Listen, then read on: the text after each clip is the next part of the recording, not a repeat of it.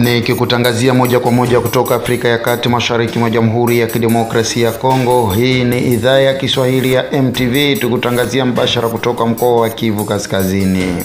Hujambo na karibu tena katika awamu yetu hii ya matangazo. Mimi ni Jeremy Hassan Kiawere na hapa kwanza muhtasari wake.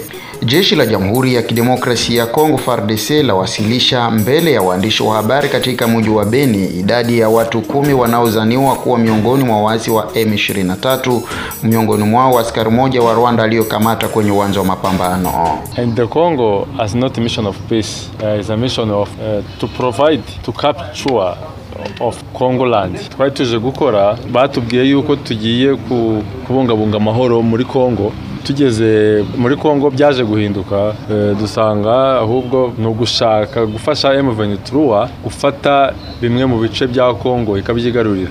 Na waziri wa biashara ya nje ya taifa Jamhuri ya Kidemokrasia ya Kongo Julien Paluku Kahongya aomba viongozi wa mataifa duniani kupiga marufuku madini ya Rwanda. Rwanda ikipigwa marufuku, ni lazima nchi zote ambazo zinakuwa nyuma yake zitapata tena nafuu, kwa sababu sisi sasa hivi hatujui nani wanakuwa nyuma yake. Ndio maana wakampiga Rwanda hizi sanction kubwa na wanakataa kununua madini ya kwake, itaonekana sasa ambao watababaika ni wale ambao tutaweza kutambua ya kwamba walikuwa wakifanya na Rwanda. Mtazamaji na msikilizaji wa MTV, ni yale machache kati ya yale mengi tulionaye kutoka idhaa hii ya Kiswahili ya MTV, tukutangazia mbashara kutoka mkoa wa Kivu ya Kaskazini, mashariki mwa Jamhuri ya Kidemokrasia ya Kongo.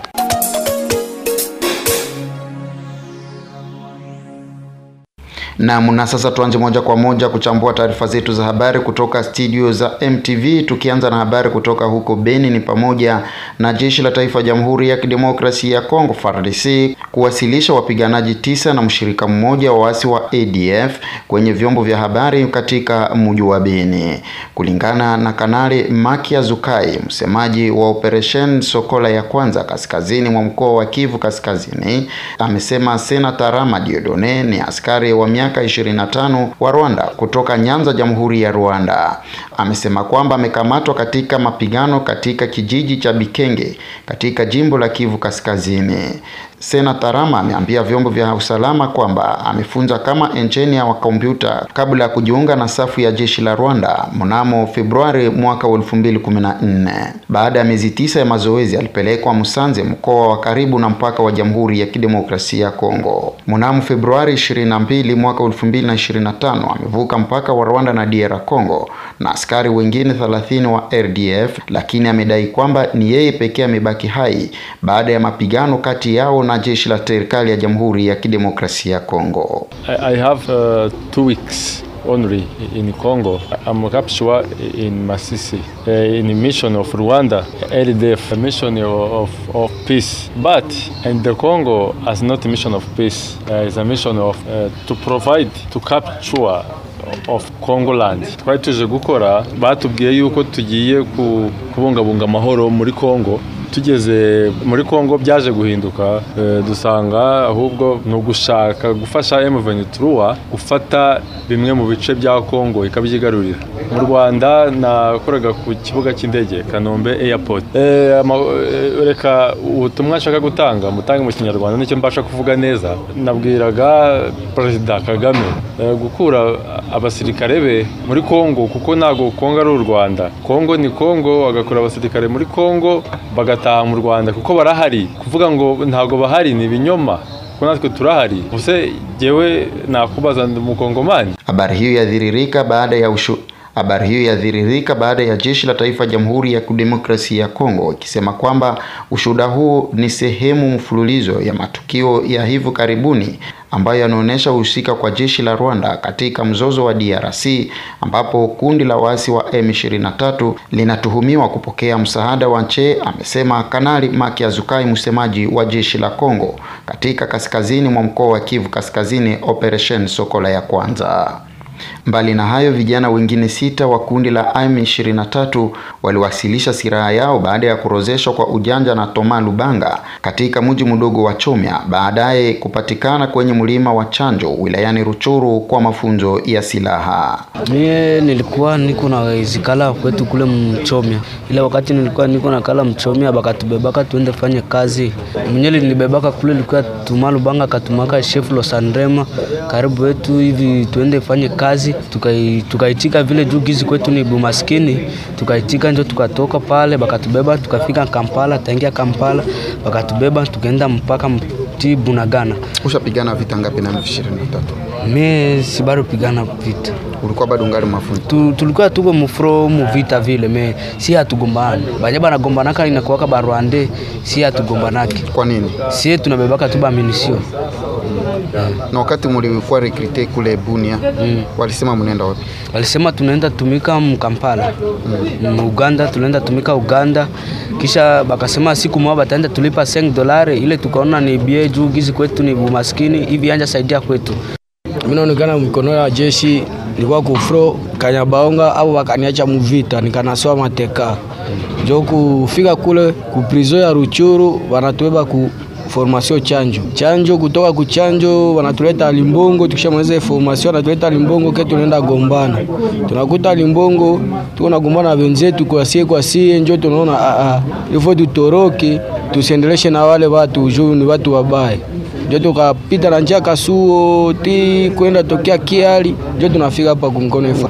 Mimi nilipitia njia ya Chomya, nilikuwa kusiti ya depression ya Bunya na wala tudanganya bakisema tuko naenda soma wapi, hatuenda soma kwa Kampala. Kisha Kampala bakajikia bana bakisema tuende wapi, Rwanda. Kisha tukapanda gari tukafika Bunagana bakatuacha pale.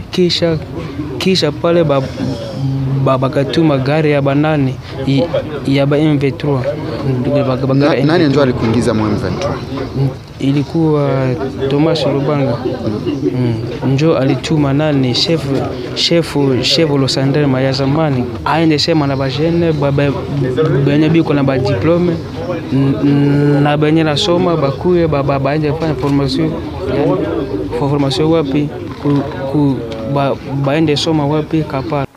Upande mwingine, hata kama muasi Kasereka Kabido amejiunga na waasi wa M23, baadhi ya askari wake waliokataa kusalimu amri yake wameomba wenzao kurudi nyuma na kuja kuunga mkono jeshi la serikali na kutafuta amani kwa pamoja. Wenzetu walienda jiripoti kwa M23 njo nikawatoroka nikakuja kwa FARDC juu mimi najua M23 ni adui yetu. Nilishangala sana kwenda ona basi sasa tuende jiripoti kwa adui yetu. Unaweza kuwa na ujumbe gani? Ujumbe wenyewe natangazia wenzetu, mimi najua wenzetu hawakwenda wote, kuko wa mingi wenyewe walikatala, najua wangali mpori kwenye tulitoka. Ndio mimi nawapatia ujumbe kumbe wakuye FARDC kwenye tulifikia kuisa tupokea mzuri. Kuye wenyewe batatumika na FARDC banatumika na wenyewe bataacha. Sasa mimi gisi nisasema nisenda acha kazi, mimi natafuta kazi ya kiraia, na wapatia ujumbe wafike kabisa wakuye baisa tupokea mzuri. Jeshi la Kongo na wapokeaje? Na tupokea tu mzuri, tuko na nao, tuko na kula na niko natufuatilia tu mzuri.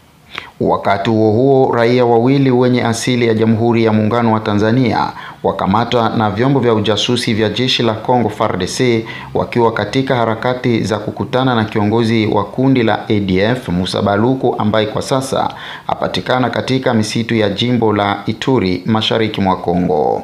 Jeshi la serikali likisema shughuli za raia hao wote wakiwa vijana zilikwama baada ya kushikwa katika barabara ya Biakato wakielekea Lolwa kukutana na kundi la ADF, amesema mwendesha daladala aliyetumwa na Musa Baluku kwa kuwachukua wageni wake baada ya kupewa faranga ya kikongomani 1400. Tana nabo siku moja na pale ndio tulianjiaka. Kutana na nani? Na bale banalu. Ilikuwa siku moja tushanja sikia washiwashi na niko kule kushamba. Sasa nikabakutana, ilikuwa wakati ya usiku. Nikishakuta wakati ya usiku akasema siku yako njoo leo, nikasema hapana. Tunasikia ulikuta wanakukuta unabeba watu gani? Walikuwa watu wa kutoka Tanzania wanaenda Lolo. Tunasikia walikuwa watu wa ADF? Ndio. Walikuwa wa ADF. Ni mara ngapi wewe kusaidia ADF? Turu ya pili. Unajisikiaje unasaidia ADF na huwa watu? Sikia mzuri. Kinshasa. Waziri wa biashara ya nchi Mheshimiwa Julie Paluku Kahongya ameomba viongozi wa mataifa duniani kupiga marufuku madini ya Rwanda, kwani Rwanda kuwa ikitumia vita kwa uchimbaji haramu madini ya Jamhuri ya Kidemokrasia ya Kongo. Kahongya amehisia kwamba hiyo ni mojawapo ya kutatua mzozo unaoshuhudiwa kwa sasa mashariki mwa Jamhuri ya Kidemokrasia ya Kongo, haswa katika majimbo ya Kivu Kaskazini, Kivu Kusini na Ituri. Na Mheshimiwa Julie Paluku Kahongya, kwa nini mumechukua muda huo ikiwa mkoa wa Kivu Kaskazini, Ituri na Kivu Kusini inakumbana na mgogoro wa waasi wa M23, hasa uvamizi wa jeshi la Rwanda? Hilo ni ombi la serikali ya Jamhuri ya Kidemokrasia ya Kongo kwa sababu Rwanda na rais wake wamedanganya ulimwengu. Ndio tumechukua muda huu kwa sababu najua Umoja wa Mataifa, iwe Marekani, iwe Ulaya, Umoja wa Ulaya, wote wametambua kwamba tangu miaka 30 Rais Kagame alikuwa akiwadanganya sana, kwa sababu kulipitikana na genocide mwaka 1994 na sisi sote tulishtuka kuona hiyo mauaji ya kinyama ambayo ilifanyika, na alikuwa akipitia mauaji hayo ili adanganye ulimwengu mzima kusema Kongo inatayarisha vita kufanya mauaji kama yale yaliyofanyika miaka 30 iliyopita. Ijapokuwa wachunguzi wote wanajua ya kwamba hakuna hata siku moja tangu miaka 30 Rwanda iweze ikavamiwa na majeshi ya Kongo. Kwa hiyo uongo sasa imetambulikana, na ndiyo maana Umoja wa Mataifa wote wamesimama kwa sababu wasapoti nchi ya DRC kwa kuleta amani ya kudumu. Na ili amani ya kudumu iweze ikafika, ni vizuri kupika marufuku madini ambayo yanatoka Rwanda, kwa sababu ni yale madini yanampatia pesa ya kuendelea kuleta vurugu mashariki mwa Kongo na kuonekana ulimwenguni kama yeye anafanya kazi nzuri nchini mwake. Hiyo ni ombi letu kubwa sana, na nimewahi kuzunguka ulimwengu mzima kwa sababu Rais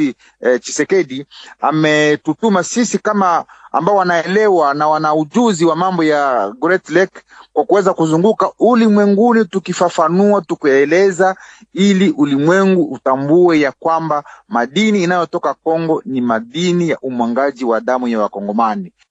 Mheshimiwa, ikiwa Jamhuri ya Kidemokrasia ya Kongo inazungukwa na nchi jirani 9, kwa nini tu mumeomba mataifa mengine kupiga marufuku madini ya Rwanda kutangaza kuwa ni madini ya damu? Ndiyo, hatua hii inalenga Rwanda kwa sababu ni wao ambao wanafanya vitu visivyotambulikana, na Rwanda ikipigwa marufuku ni lazima nchi zote ambao zinakuwa nyuma yake zitapata tena nafuu, kwa sababu sisi sasa hivi hatujua nani wanakuwa nyuma yake. Ndiyo maana wakampiga Rwanda hizi sanction kubwa na wanakataa kununua madini ya kwake, itaonekana sasa ambao watababaika ni wale ambao tutaweza kutambua ya kwamba walikuwa wakifanya na Rwanda. Sisi kwa sasa ni kupiga marufuku madini ambayo Rwanda inapeleka ulimwenguni, na hiyo itamaliza vita ya M23 kwa sababu ni pesa zile ambazo wanazipatia M23 kwa kuendelea kufanya vita mashariki mwa Kongo. Ni mojawapo wa hatua ambazo zitaweza kusaidia kuleta utulivu,